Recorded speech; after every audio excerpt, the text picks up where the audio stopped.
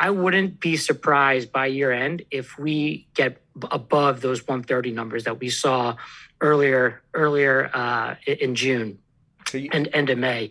But I do think we stay above $100 a barrel for quite some time. On this episode of Early Bird, Tom Kennedy, Managing Partner for Global Wealth Advisors. Tom joins the podcast today to talk about how to take advantage of high commodity prices through individual stocks and leveraged ETFs. If you're an investor looking to stay on top of the latest market trends, then you're listening to the right podcast. This is Early Bird, and I'm your host, Stephen Lerner. Before we get to today's discussion, let me tell you how you can save time and beat the market through Early Bird, a free daily email newsletter featuring commentary about the latest trends in stocks, cryptocurrency, and equity crowdfunding. Early Bird is designed to help individual and non-professional investors stay on top of all of the critical investing trends. The newsletter is 100% free and is sent to your email box each weekday morning. Subscribe to Early Bird for free at www.earlybird.email.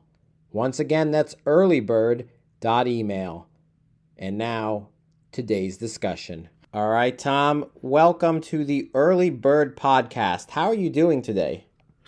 I'm doing well, Stephen. Thanks for having me. I appreciate it. Thanks so much for coming on. I'm so glad to have you here. We're going to be talking about commodity pricing, what it means for certain stocks and ETFs for the average investor. Really cool subject.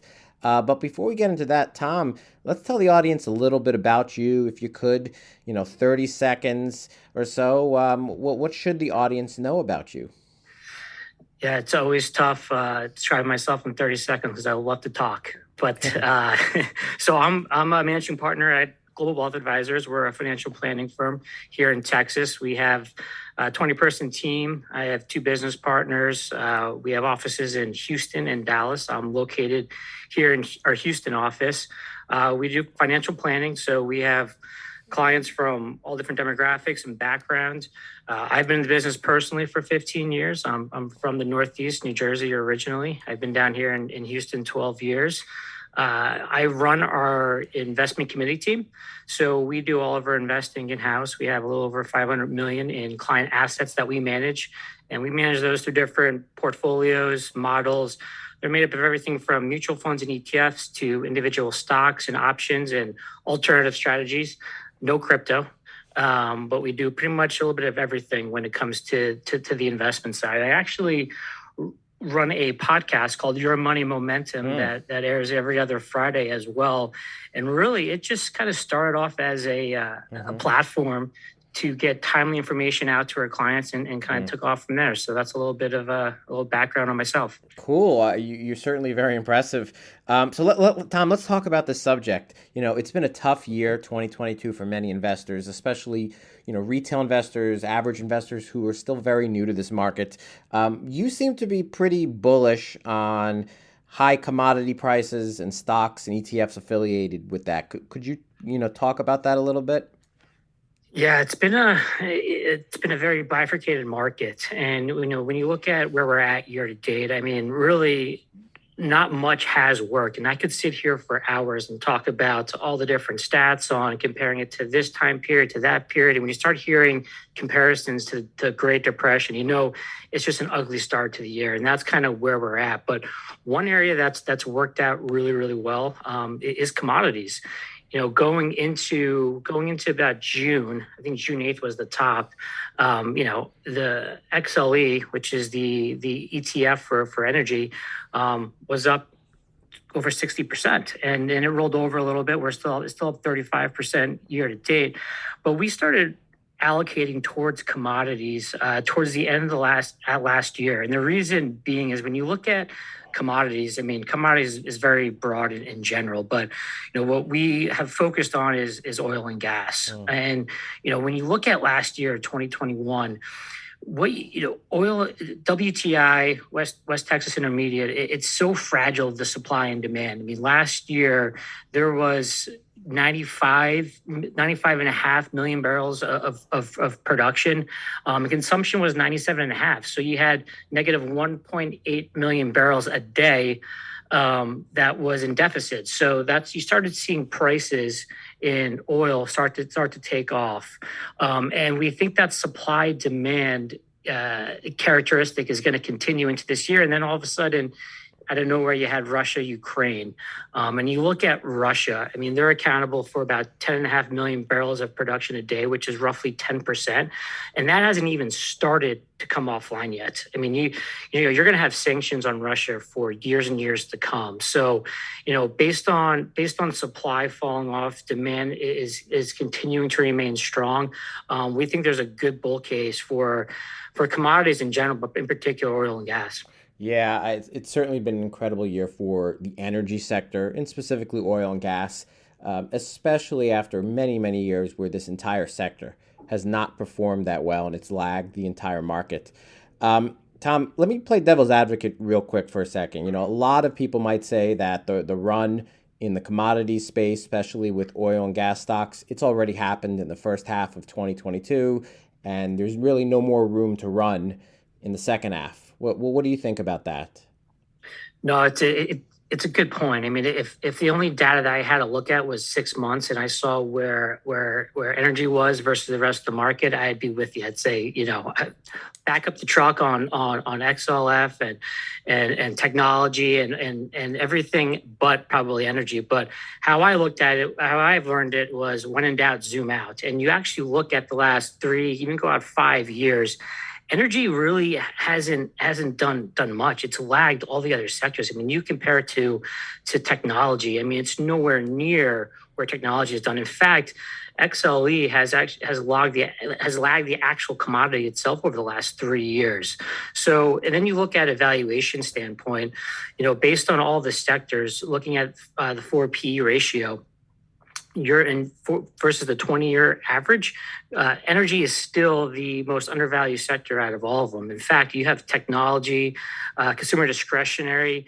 They're still slightly overvalued. They've come down a lot since where they were 6 months ago, but they're slightly overvalued versus their 20-year historic average. So I still think energy's got a lot of time to run. And if anything, you've got a great window right now with, it's selling off in the last, call it 5 or 6 weeks, to get some of those names that maybe ran up too much, because there's going to be a reversion back to the mean. There always is on the upside and downside. And to your point, I mean, it hockey sticked, and it was overbought. You had a reversion back to the mean. The technicals look really attractive right now in energy. They're bouncing off of support really nicely. So I think you got a long runway ahead of you. Yeah, good point. I can see why you are very bullish about those types of stocks and where you see energy is heading.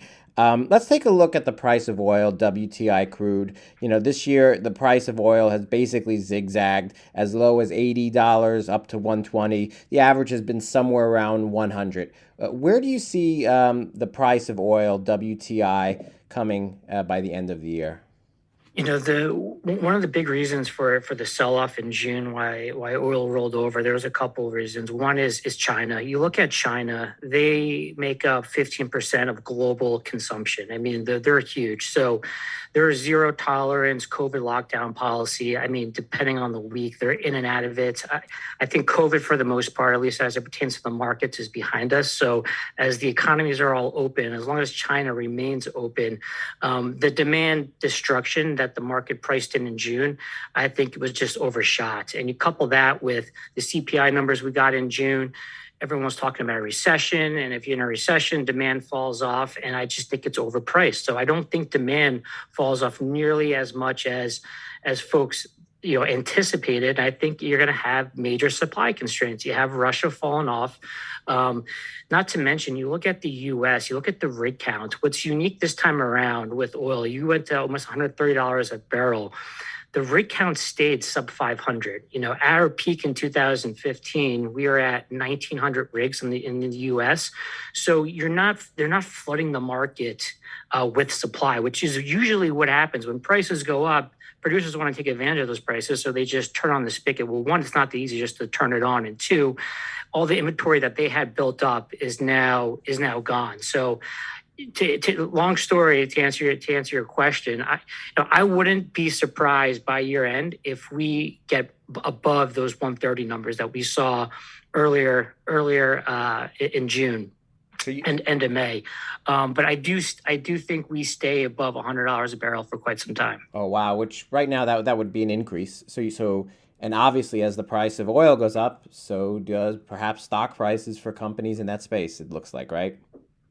Yeah, and that's actually a really, really good point. Is there there is a correlation, obviously, and a high correlation, but that's not always the case. Sometimes the price of oil, if it drops, I mean, think about it this way: a year ago, WTI was $50 a barrel. 2 years ago, it was negative, which is just mind blowing. We could have a whole conversation on why that happened and how. But you look at these stocks. So how I look at commodities is you can invest in the gold or you can invest in the picks and shovels. And I prefer investing in the picks and shovels. I don't want to invest in the actual commodity itself because there are a lot of variables and, my thoughts could change really quickly. But what doesn't change is the companies the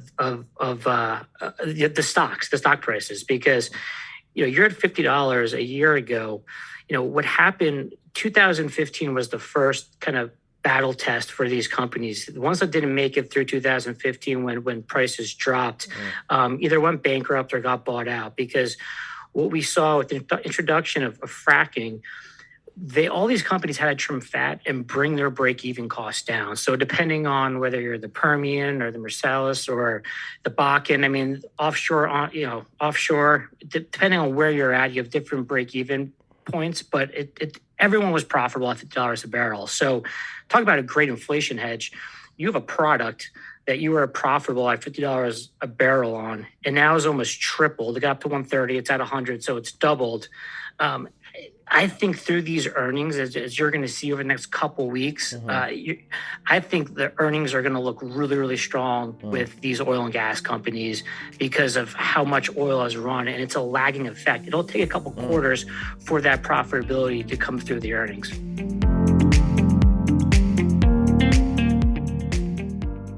Keep an eye on the earnings.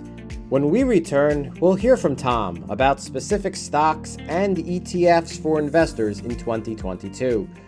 But first, let me tell you you can become a more informed investor through Early Bird, a free daily email newsletter. Early Bird has commentary on the latest events and trends in stocks, cryptocurrency, and crowdfunding. With Early Bird's daily weekday email, investors can quickly stay on top of the trends and beat the market. Subscribe to Early Bird for free at www.earlybird.email. Once again, that's earlybird.email.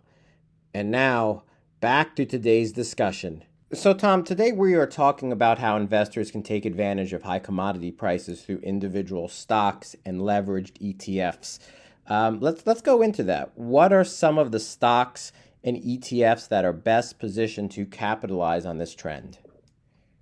Yeah, so, this is going to be just very general. Everyone's got their own risk tolerance, time horizon, goals, wants, needs, etc. So I'll just kind of give you my thoughts on what I personally like, and based on my thoughts, what I think the best areas to invest in to capitalize on that. And, I tell clients this all the time. When you're doing individual stocks, and if you are, that's great, but just make sure, it's a different ballgame, as probably most of your viewers know. Make sure you have a solid exit strategy, both on the upside and downside. Otherwise, ETFs are a great alternative to stocks, which I'll get into as well. But a couple stocks that I like play directly on natural gas. I think natural gas is where the opportunity is right now with everything that's going on with Russia. They supply 50% of the natural gas to the EU, and that's basically coming off the market. If you live in Europe, in 3 or 4 months, you're going to have to decide whether you want to put the lights on or keep the heat on, because you're not going to be able to do both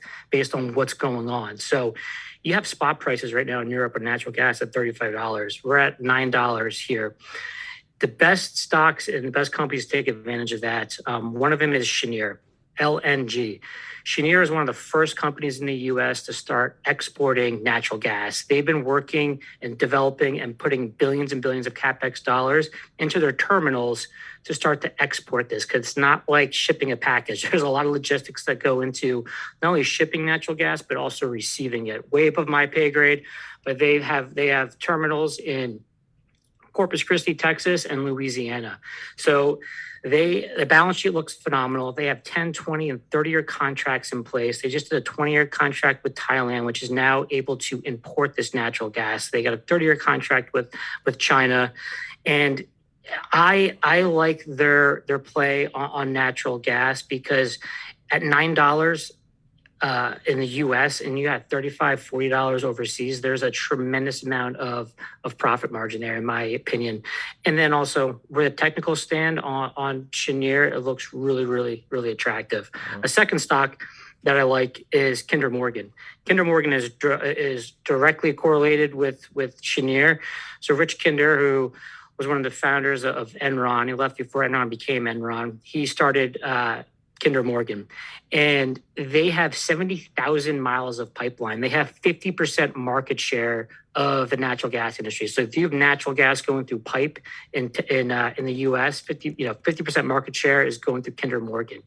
And I like the midstream area of the market because it's not as sensitive to price as others, because it's almost like a toll road.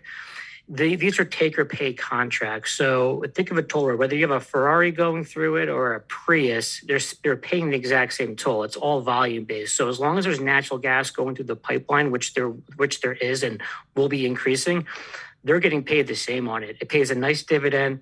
You got an over 6% dividend on it. They just increased their dividend. And I just think they're in a really, really good I think they're in a really good position to capitalize on what's going on with the natural gas. I just don't see that market going away anytime soon. Yeah. And then the third stock is more of the upstream, but they participate in mid and downstream as well. And it's one of the bellwethers in the space, and it's Chevron.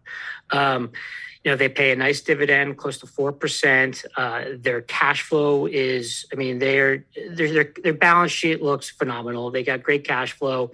They have multiple profit centers. They've been putting a lot of R&D and CapEx towards renewables and alternatives, which I think is important for the space. I don't think oil and gas is going away anytime soon, but you want to be with the companies that are staying ahead of the game, the ones that if we do go through a recession can weather that storm, which they can.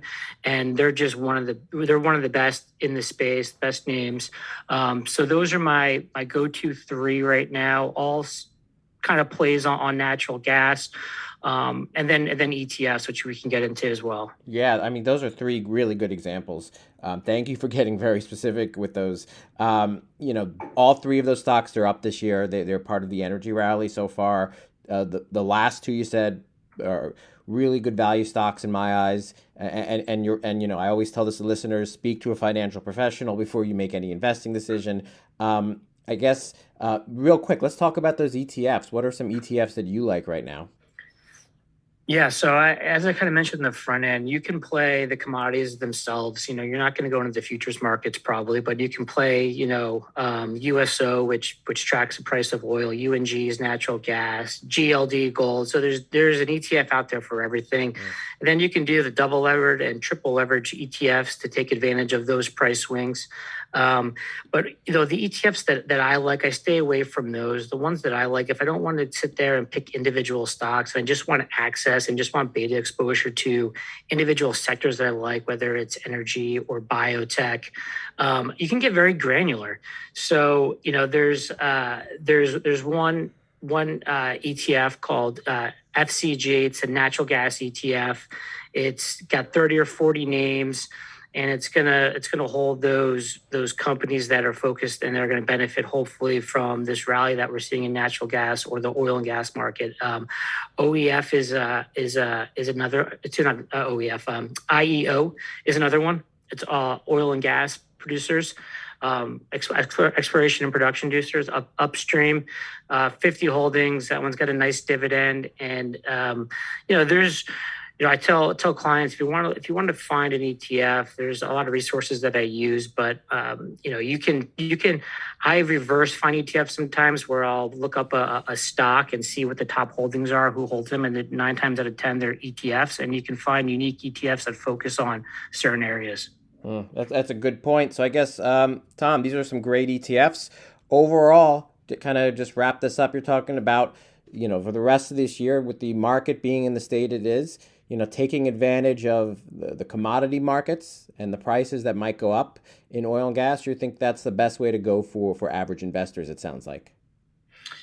Yeah, I would just, I would stay diversified because we like commodities. It's a great inflation hedge. We think there's some runway. We're not throwing 80% of our client assets in commodities. It's a slight overweight in the portfolio because one, we could very well be wrong, and this could be over this run, or two, our thoughts could change really quickly too. That's based on where we're at right now and what we think, and it's more, these sector ideas are more tactical plays of where we think the puck's going to go in the next 6 months. But yeah, I think it's a great way to play it. Look into the ETFs, look into a few of those names, and the best part about the energy sector is that most of these ETFs and names pay great dividends. So if we're in this sideways market, which we probably will be between now and the rest of the year, at least you're getting paid to wait. Yeah, income is more valuable this year than last year for sure, and dividends are a great way to get some income through your investments. You're absolutely right. Tom, thank you so much for coming on the Early Bird podcast, talking about high commodity prices and individual stocks and ETFs. Before we wrap up the show, Tom, I just have one final question, and it's the big question for today's discussion. That question for you, Tom, is if somebody wrote a biography about your life, what would the name of that biography be called? That's a great question. The guy who never invested in crypto. You sound like you wear that like a badge of honor. No, I do right now. I didn't last year.